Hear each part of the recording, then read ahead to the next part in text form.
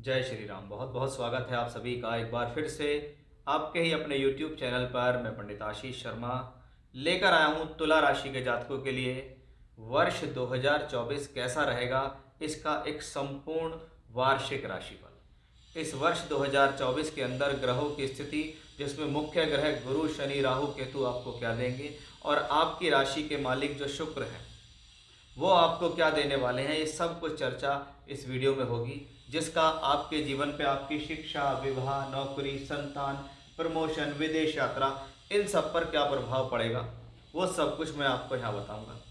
शास्त्र के अनुसार देखें तो शनि प्रोफेशनल लाइफ के कारक हैं, आपकी नौकरी और आपके व्यापार के कारक शनि हैं, आपके मेहनत के कारक शनि हैं। फल देने वाले ग्रह हैं बृहस्पति, धन के कारक भी हैं, फल देने वाले ग्रह भी हैं बृहस्पति।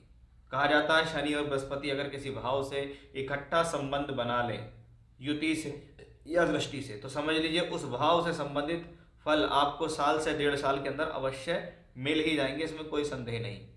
वही राहु केतु भी है, ये जिस अक्ष पर वो आ जाते हैं, अगर वो अक्ष शुभ है तो उससे संबंधित शुभ फल देते हैं, वो अक्ष अशुभ है तो थोड़ी प्रॉब्लम, चिंता क्रिएट करते हैं। ये सब कुछ प्रॉब्लम, परेशानी, शिक्षा, विवाह, नौकरी, इनके संबंध, ये सब कुछ मिलते किसे हैं? भी आपकी राशि के मालिक को मिलते हैं, यानी शुक्र को मिलते हैं। तो ये शुक्र ग्रह की स्थिति को भी यहाँ ध्यान में रखा जाएगा। हमारा ये जो वीडियो है ये राशि पर आधारित है कि आपकी तुला राशि है, कुंडली में चंद्रमा 7 नंबर में बैठा हुआ है इस तरह से, तो आप वीडियो देख सकते हैं, या जिन लोगों का लग्न तुला है वो भी इसको कंसिडर कर सकते हैं। शास्त्रकारों की माने तो चंद्रमा से गोचर देखने की प्रधानता ज़्यादा कही गई है।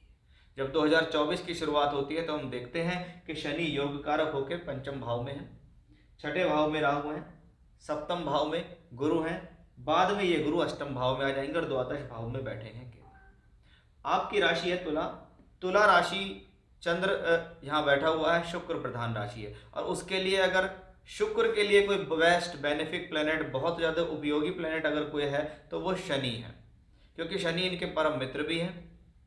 शनि के अगर देखें तो शनि इनके गुरु हैं, कि भी अगर शुक्राचार्य की बात करें तो शुक्राचार्य ने खास तौर पे बुध, शनि, राहु, केतु, इनको बहुत कुछ दिया है। अब आपके लिए शनि मित्र हैं, परम मित्र हैं, योग कारक हैं, और वो योग कारक ग्रह चौथे और पांचवें घर की भूमिका निभाता है। यानी शनि आपको क्या देता है? भूमि, जमीन, जायदाद, प्रॉपर्टी शनि देता है। शनि पंचम भाव लक्ष्मी का है, विद्या का है, बुद्धि का है, शिक्षा का है, संतान का है, प्रेम संबंधों का है, ये सब देता है। अगर किसी के हॉरोस्कोप में तुला लगन है और उसका शनि बहुत बढ़िया और उसकी दशा आ गई तो उसको जीवन में कुछ मांगने की जरूरत नहीं है, सब कुछ मिल जाता है। अब शनि वर्ष 2024 में देखें तो अपना अधिकतम समय पंचम भाव में गुजारेंगे। पंचम भाव का विद्या का, बुद्धि का, शिक्षा और संतान का है, यानी पंचम भाव में शनि रहने के कारण वर्ष 2024 में ये सारी चीज़ें आपको देने के लिए तैयार है कि ये आपकी शिक्षा भी कराएंगे, एजुकेशन प्लस हायर एजुकेशन दोनों के लिए शनि शुभ हो जाएंगे। ये संतान देने में सक्षम होंगे, संतान का सहयोग, संतान की प्राप्ति होना, कंसीव होना, वो शनि से सक्षम दिखता है। शनि जब वर्ष 2024 में प्रवेश करते हैं तो शुरुआत के 2 महीने में वो राहु के नक्षत्र में चलते हैं, और राहु आपके यहाँ छठे घर में ट्रांजिट कर रहा है। इसका मतलब शुरुआती 2 महीने में आपको अपने जो फैसले हैं, चाहे वो आर्थिक फैसले हों, व्यापारिक हों, नौकरी के लिए हों, प्रेम संबंधों के लिए हों, शिक्षा के लिए हों, थोड़ा सा उसमें ध्यान रखना कि कोई कन्फ्यूज़न ना हो, कोई गलती आपको ऐसी ना हो जिसमें गलती करते हैं और लंबे समय तक उसको भुगतना पड़ जाए आपको। इसका आपको विशेष ध्यान रखना है। टर्निंग पॉइंट कहाँ आता है कि जब ये शनि योग कारक होकर पंचम भाव में बैठकर बृहस्पति के पूर्वी भाद्रपद नक्षत्र में प्रवेश कर जाता है।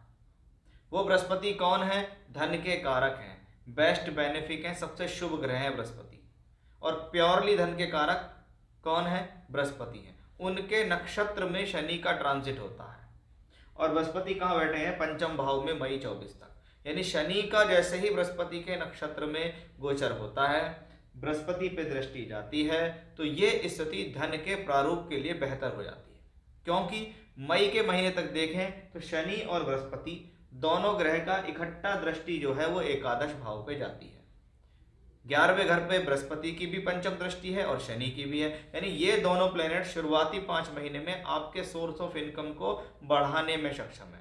शनि कर्म कराने में सक्षम है, प्रोफेशनल लाइफ को बेहतर करने में सक्षम है, तो शिक्षा, विद्या, बुद्धि, संतान के लिए शुभ है। तो वहीं सोर्स ऑफ इनकम के लिए हमें अच्छे दिखाई दिए। लगभग नवंबर के महीने तक देखें तो शनि बृहस्पति के नक्षत्र में ही रहेंगे, ये बेहद शुभ है।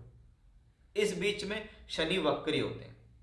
अब प्लैनेट केंद्र त्रिकोण में हो, अच्छे हो, उच्च का हो, अपनी राशियों में हो और वो वक्री हो जाए तो उसमें चेष्टा बल मिल जाता है, यानी ऐसा प्लैनेट अच्छे फल देने में सक्षम होता है। अब शनि पंचमेश होकर पंचम भाव में वक्री रहेंगे, लेकिन बृहस्पति के नक्षत्र में भी रहेंगे, इसलिए ये शनि कुछ बुरा नहीं कर पाएंगे। कहा जाता है पंचम भाव बुद्धि का स्थान, अगर वहां वक्री ग्रह है तो उस दौरान फैसले थोड़े आराम से लीजिए, सोच समझ कर लीजिए। वक्री प्लैनेट आपको अचानक से अच्छे रिजल्ट देने में भी सक्षम है, यानी कुल मिलाकर शनि का वक्री होना आपके लिए दुखदाई नहीं है। उसके पीछे एक रीजन ये भी है कि वो बृहस्पति के नक्षत्र में होंगे।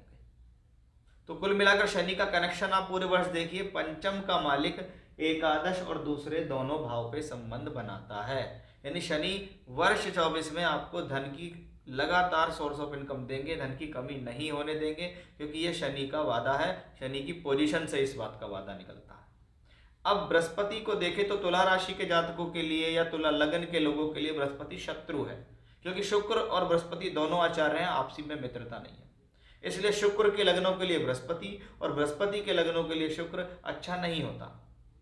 लेकिन प्लेसमेंट के हिसाब से देखें तो बृहस्पति केंद्र में है, शुभ ग्रह है। अब बृहस्पति एकमात्र ऐसा ग्रह है जो शुभ ग्रह है और जिस भाव पर बैठता है और देखता है वहां शुभता देता है।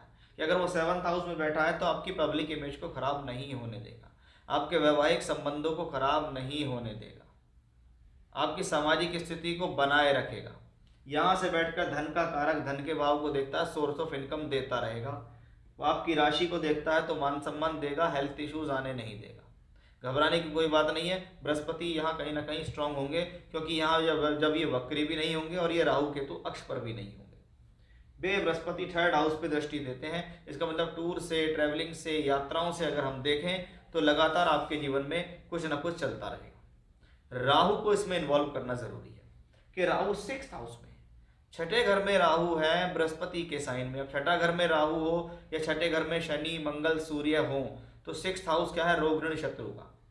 और वहां पर बैठा हुआ अशुभ ग्रह क्या करता है, इन सब चीजों को कंट्रोल करने में सक्षम है। कि अगर राहु डिजीज देगा, बीमारी देगा तो हल भी वो राहु ही करेगा। राहु अगर प्रॉब्लम देगा तो उसको हल भी वही करेगा। अगर कोई लोन EMI का प्रेशर होगा तो उस चीज को भी हल करेगा। और राहु बृहस्पति की राशि में है, और बृहस्पति कहाँ है, 7th हाउस में। 7th हाउस में बृहस्पति है, तो जब तक बृहस्पति यहाँ 7th में शुभ है। अब आती है बात जब बृहस्पति मई 2024 को ट्रांजिट करते हैं 8th हाउस के अंदर, 8वें घर का बृहस्पति हो। शास्त्र कहता है चंद्रमा से अष्टम बृहस्पति हो, आर्थिक फैसले सोच समझकर लेने होंगे, क्योंकि चंद्रमा से 8वां और 12वां ही बृहस्पति कोई बहुत शुभ नहीं कहा गया। आप किसी भी क्लासिकल्स किताब को उठा के देखिएगा कि चंद्रमा से 8 और 12 का बृहस्पति जो है बहुत अच्छा नहीं है। इसलिए जिस भी हॉरोस्कोप्स के अंदर लगन से 8वां या 12वां या चंद्रमा से 8वां या 12वां बृहस्पति हो, ऐसे लोगों को जीवन में धन कमाने के लिए बहुत अधिक प्रयास करने पड़ते हैं, बहुत अधिक स्ट्रगल्स करना पड़ता है। हालांकि बृहस्पति एक शुभ ग्रह है और वो बृहस्पति शुभ ग्रह यहां से बैठकर 2nd हाउस को देखता है, यानी लगातार धन को कमाने की चेष्टा है, धन को कमाने की इच्छा है और वो धन को देने में सक्षम है, क्योंकि शनि की दृष्टि भी वहां आएगी और दूसरे भाव पर दोहरा गोचर चलेगा। यानी जब जब आपको पैसे की जरूरत पड़ेगी तब तक किसी न किसी साधन से धन बनेगा। बृहस्पति की यहां दृष्टि पड़ रही है, इसका मतलब है ये बृहस्पति भूमि, जमीन, जायदाद, प्रॉपर्टी का लाभ देने वाला भी बनेगा। ये बृहस्पति 12th हाउस को दृष्टि देता है। ऐसी स्थिति में ट्रैवलिंग्स होती हैं, बहुत बार तो फॉरेन ट्रैवलिंग ऐसे ही समय में देखी जाती है। विदेश यात्रा काम के जरिए से या यात्राओं का बढ़ जाना ऐसे ही समय में देखा जाता है, क्योंकि 3-6 का मालिक होकर बृहस्पति यहाँ है। इसको हम विपरीत राजयोग भी कह सकते हैं, यानी विपरीत परिस्थितियों में फलीभूत होने वाला जो राजयोग है वो बृहस्पति उसके फल देगा, लेकिन उसके लिए पहले विपरीत परिस्थिति बनेगी।